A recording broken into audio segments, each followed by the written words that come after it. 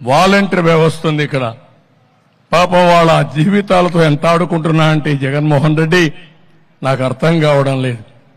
మొన్నటి వరకు ఏం చెప్పాడు వాలంటీర్స్ ని, వీళ్ళందరూ కూడా మా పార్టీ వాళ్ళు ఉన్నారన్నాడు.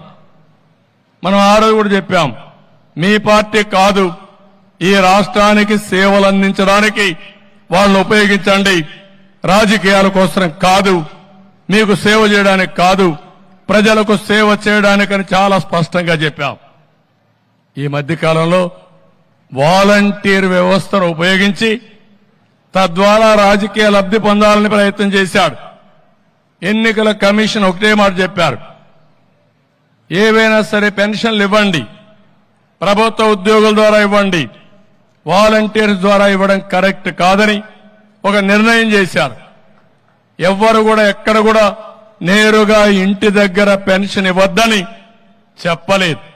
కానీ ఈ ముఖ్యమంత్రి దుర్మార్గుడు సేవా రాజకీయాలు చేశాడు. ముసలి వాళ్ళని తీసుకొచ్చి మంచి ఎండల్లో నిలబెట్టి పెన్షన్ ఇవ్వకుండా మళ్ళా తిరిగి పొమ్మని మళ్లీ రమ్మని, దీంట్లో పండుటాకులు లాంటి వ్యక్తులు కొంతమంది చనిపోయారు. దాన్ని సేవ రాజకీయాలు చేసే పరిస్థితి వచ్చాడు.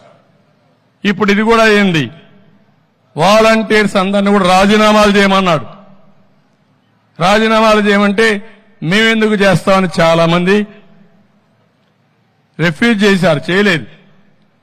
మనం కూడా అపీల్ చేశాం, మీరు రాజీనామాలు చేయొద్దండి, మీరు వాలంటీర్లుగా ఉన్నారు, ఈ వాలంటీర్ వ్యవస్థను కొనసాగిస్తామని చాలా స్పష్టంగా చెప్పాం. దాంట్లో వాళ్ళకి ఇంకా నమ్మకం వచ్చింది. వైఎస్ఆర్ కాంగ్రెస్ పార్టీకి సేవ చేయొద్దండి, ప్రజలకు సేవ చేయండి, మీకు మేము అండగా ఉంటామని వాలంటీర్లకు పదే పదే చెప్పాం.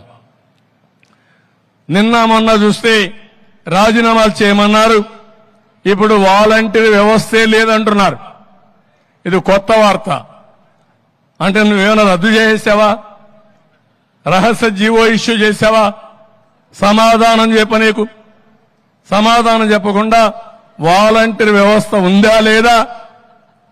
లేకపోతే ఇంకో మాట చెప్పాడు, రేపు ఈ మహానుభావుడు మళ్ళా ముఖ్యమంత్రి అయి మొదటి సంతకం వాలంటీర్ వ్యవస్థ పైన పెడతా అన్నాడు. అంటే ఆ వ్యవస్థ లేనట్టే కదా,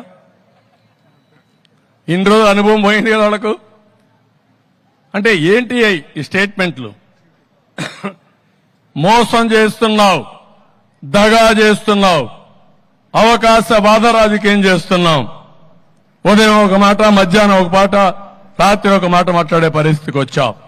ఇంకో పక్క రాజీనామా చేసి పార్టీకి పనిచేయమంటున్నాడు. రాజీనామా చేసి పార్టీకి పనిచేస్తే రాజీనామా చేయకుండా పార్టీకి పనిచేయమంటున్నారు. కేసులు పెడితే ఇందులో బాగా చదువుకున్న పిల్లలున్నారు, ఎంఏలు చేశారు, కొంతమంది ఎంటెక్లు బీటెక్లు చేశారు, చదువుకొని వచ్చారు.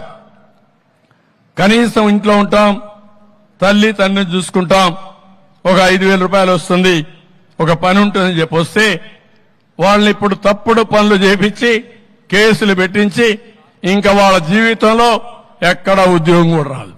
ఈ ఉద్యోగం పోతుంది, కొత్త ఉద్యోగాలు వచ్చే అవకాశం లేదు ఏదైనా క్రిమినల్ కేసులుంటే.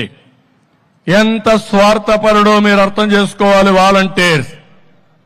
అందుకే తెలుగుదేశం అదే మరి ఎన్డీఏ మేమందరం 3 పార్టీల కూటమి హామీ ఇస్తున్నాం, మీ ఉద్యోగాలు తీసేయం, వాలంటీర్ వ్యవస్థ కొనసాగిస్తామని మరొక్కసారి మీ అందరికీ హామీ ఇస్తున్నా.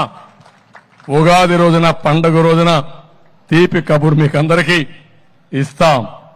5,000 కాదు, మీకు రాబోయే రోజుల్లో 10,000 రూపాయలు పారితోషికం ఇచ్చే బాధ్యత మాది. అది బిగినింగ్. మీలో సమర్థత ఉంది, తెలివితేటలున్నాయి, ఇది ఎంట్రీ పాయింట్ మాత్రమే. ఇక్కడి నుంచి మీ ఇంట్లో మీరు కూర్చొని వర్క్ ఫ్రమ్ హోమ్. ఇప్పుడు 10,000 రూపాయలంటే ఒక సంఖ్య, 10,000 నుంచి 50,000 లక్ష రూపాయలు సంపాదించుకునే శక్తి, తెలివితేటలు మీకుంది. మీకు అందరికీ కూడా అందుకే చెప్పాం, నిరుద్యోగ భృతి 3,000 ఇస్తారని, వర్క్ ఫ్రం హోమ్ తీసుకొస్తామని ఈ 2,66,000 మందిలో చదువుకున్న వాళ్ళుంటే వాళ్ళందరికీ స్కిల్ డెవలప్మెంట్ చేసి మీ క్యారియర్ బిల్డప్ చేసే బాధ్యత మాదని మరొక్కసారి వాలంటీర్స్ అందరికీ విజ్ఞప్తి చేస్తున్నా. ఇప్పుడు మీరు ఆలోచించుకోవాలి. తప్పుడు పనులు చేసి జైలుకు పోయి మీ జీవితాలను ఖరాబు చేసుకుంటారా? ప్రజలకు సేవ చేసి రాష్ట్రాన్ని అభివృద్ధి చేసి మీరు కూడా రాష్ట్ర ప్రగతిలో భాగస్వాములై మీ క్యారియర్ బిల్డప్ చేసుకుంటారా? ఈ రెండే మీ ముందుండే సమస్యలు. ముఖ్యమంత్రి చెప్పాడు మీ వ్యవస్థ లేదని, మళ్లీ వస్తే మళ్ళా సంతకం పెడతానాడు. వచ్చేది లేదు, సచ్చేది లేదు. నమ్మి మోసపోవద్దని వాలంటీర్స్ కి అందరికీ చెప్తున్నా. మిమ్మల్ని ఏమీ చేయలేరు. గవర్నమెంట్ లో ఉద్యోగం ఇస్తాం, మేము తీసేస్తామా? ఎందుకు తీసేయాలి? అవకాశం వచ్చింది, మాట్లాడితే నేనిచ్చానంటున్నాడు. నువ్వు ఇచ్చేదేంటి? నువ్వు ఇవ్వడం ఏంటి? ఆ వ్యవహారం ఏంటి? పెన్షన్ నేనిచ్చా అంటాడు, నువ్వు ఇచ్చాడేంది? ఎవరు కట్టారు ట్యాక్స్? మీ తాత డబ్బులు అయింది, మీ జాగీరా, మీ నాన్న ఇచ్చిన డబ్బులు అయింది. నువ్వు వ్యవసాయం చేసావా? నీ భారతీయ సిమెంట్ నుంచి ఇస్తున్నావా? కాదు, నేను కట్టిన పన్నుల నుంచే ఇవన్నీ కూడా పెన్షన్లు ఇస్తున్నారు. లేకుంటే మా మీద అప్పు తీసుకొచ్చి నువ్వు ఈ సంక్షేమ కార్యక్రమాలు ఇస్తున్నావు. సంపద సృష్టించిన తెలియనటువంటి వ్యక్తి నువ్వు, ఆదాయం సాధించలేని వ్యక్తి నువ్వు. అలాంటి వ్యక్తి ఇవన్నీ చేస్తున్నావు. నేను అదే చెప్పా, నేను అప్పులు చేయడం కాదు, సంపద సృష్టిస్తా, ఆదాయం పెంచుతా, మీ నెత్తిన అప్పుల భారం లేకుండా సంక్షేమ కార్యక్రమాలు ఇచ్చే బాధ్యత మేము తీసుకుంటాం. ఇంకా మెరుగైన సంక్షేమం ఇస్తా అని చెప్పి కూడా నేను మీకు తెలియజేస్తున్నా. అందుకే ఈ ఉగాది రోజు కోరుతున్నా. ఈ ఉగాది రోజున మీరందరూ సంకల్పం చేయాలి.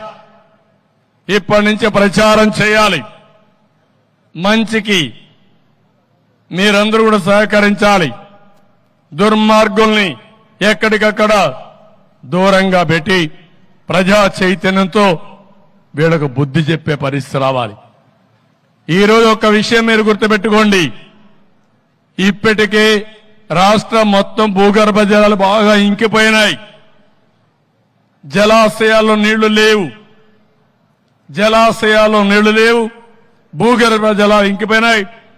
ఈరోజు కర్నూలు జిల్లాలో మీరు ఒక్కసారి చూస్తే వారానికి ఒక్కరోజు నీళ్లు వస్తాయి. పెళ్లిళ్లు చేయడం, శుభ కార్యక్రమాలు చేయడం మానేశారు. ఇంకో పక్క స్నానాలు చేయడం కూడా మానేశారు. అలాంటి ప్రమాదకరమైన పరిస్థితులు వచ్చాయి. కనీసం తాగునీళ్లు ఇవ్వలేని ముఖ్యమంత్రి 3 రాజధానులు పెడతాడంట, మంచి రోజులు వస్తాయంట. 5 ఏళ్లు మనకు వచ్చింది మంచి రోజులు కాదు.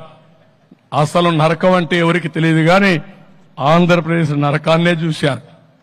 ఇంట్లో నుంచి బయట పోతే, ఆ రోడ్లో ప్రయాణం చేస్తే, తిరిగి ఇంటికి పోతే శరీరం మొత్తం హోనమైపోయే పరిస్థితి వచ్చింది. లేకపోతే ఎక్కడన్నా నిత్యావసర వస్తువులు కొనాలంటే నరకాన్ని చూసే పరిస్థితి వచ్చాం. పెట్రోలు, కరెంటు ఇవన్నీ బాధుడు కింద అందరం.